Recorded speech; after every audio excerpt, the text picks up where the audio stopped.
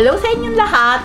Narito na naman si Mami Essie para mag-share na naman sa inyo ng isang masarap na recipe. Ituturo ko po sa inyo kung paano gumawa ng malutong na chicharong bulaklak.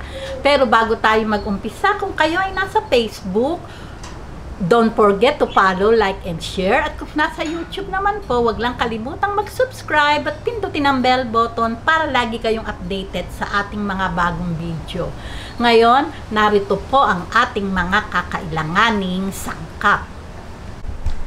Ngayon, heto po yung ating gagawing chicharong bulaklak. Hinugasan ko po itong malinis, tapos nilamas ko po sa asin at saka sa suka para po talagang matanggal yung kanyang amoy o lansa. Ito po ay 3 kilong pang chicharong bulaklak. Ito naman po yung ating gagamitin sa pagpapakulo, isang sibuyas, isang pusong bawang, 2 tablespoon na asin, 3 pirasong dahon ng laurel, seasoning, at pamintang buo. Pamintang buo. Hindi ko po natakal. At ito po, maglalagay po ako ng 1/4 cup na suka. Okay, umpisahan na po natin yung pagtitimpla. At syempre po ang tubig.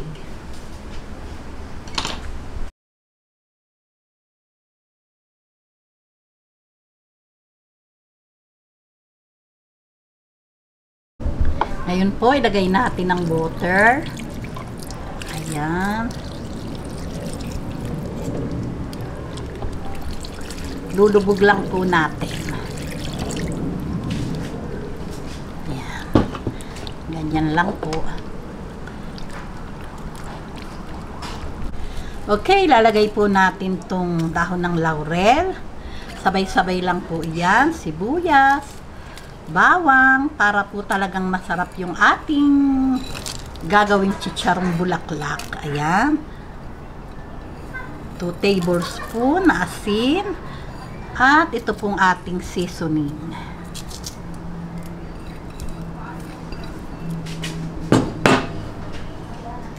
Yung ating vinegar. Hindi pa po bukas yung ating apoy.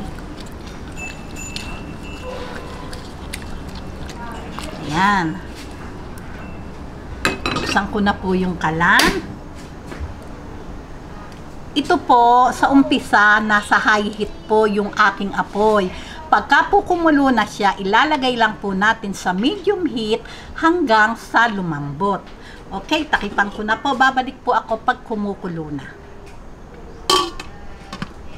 Ayan. Pagka po ganitong kumukulo na, lalagay na po natin sa medium heat yung ating apoy hanggang sa lumambot. Okay. Balik po tayo pag malambot na.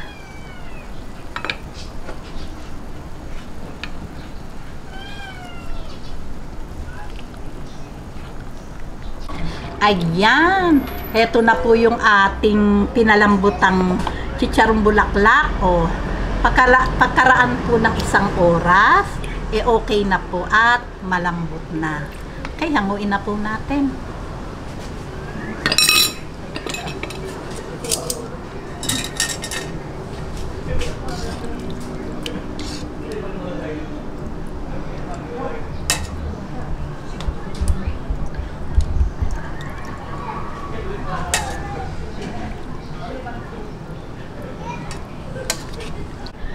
Ayan, heto na po yung ating pinalambot na pang chicharong bulaklak.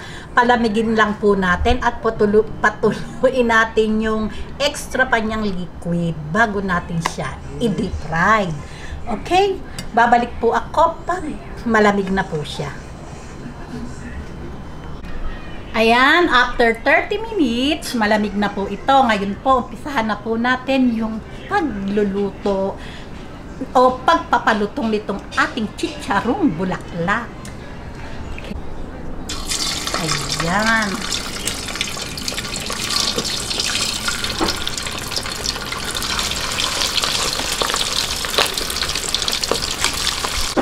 Takipan po natin at baka tumilansik. At takot na takot tong aking anak na nagkakamera sa akin. Okay. Okay, ngayon po, prituhin lang po natin to hanggang sa lumutong para po talagang, siyempre po, chicharong bulaklak, kailangan po talaga malutong. Ayan. Hindi naman po pala matilangsik. Okay, hintayin po natin lumutong at mag-golden brown siya.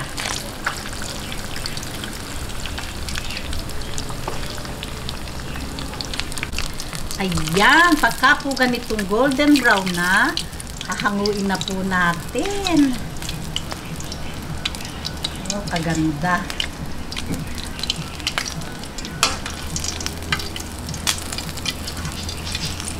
Alutong.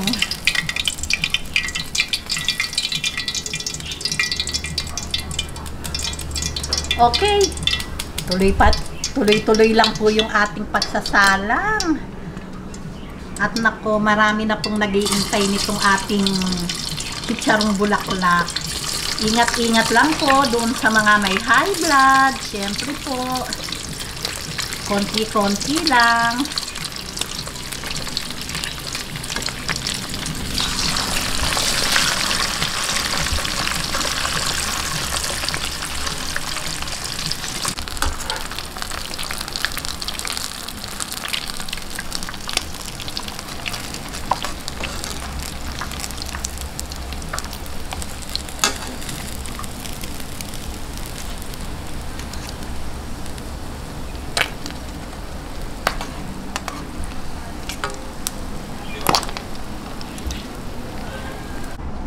Ayan, heto na po ang ating napakasarap na chicharong bulaklak at talaga naman pong napakalutong with matching sawsawang suka na gustong gusto nyong malaman kung paano gawin. Siyempre po, tingnan nyo po sa aking YouTube channel at makikita nyo po kung paano ko ginawa ang napakasarap na sawsawang suka. Okay, tikiman na po tayo. Ayan.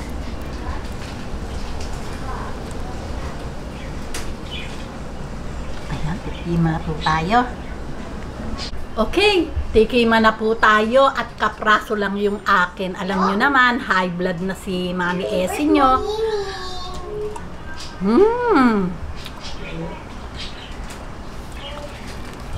Talaga pong napakasarap at napakalutong. Pwedeng-pwede po talagang pang-ulam, pwedeng pulutan, nahandito na po talaga lahat. Talaga pong yummy-yummy. O, paano po?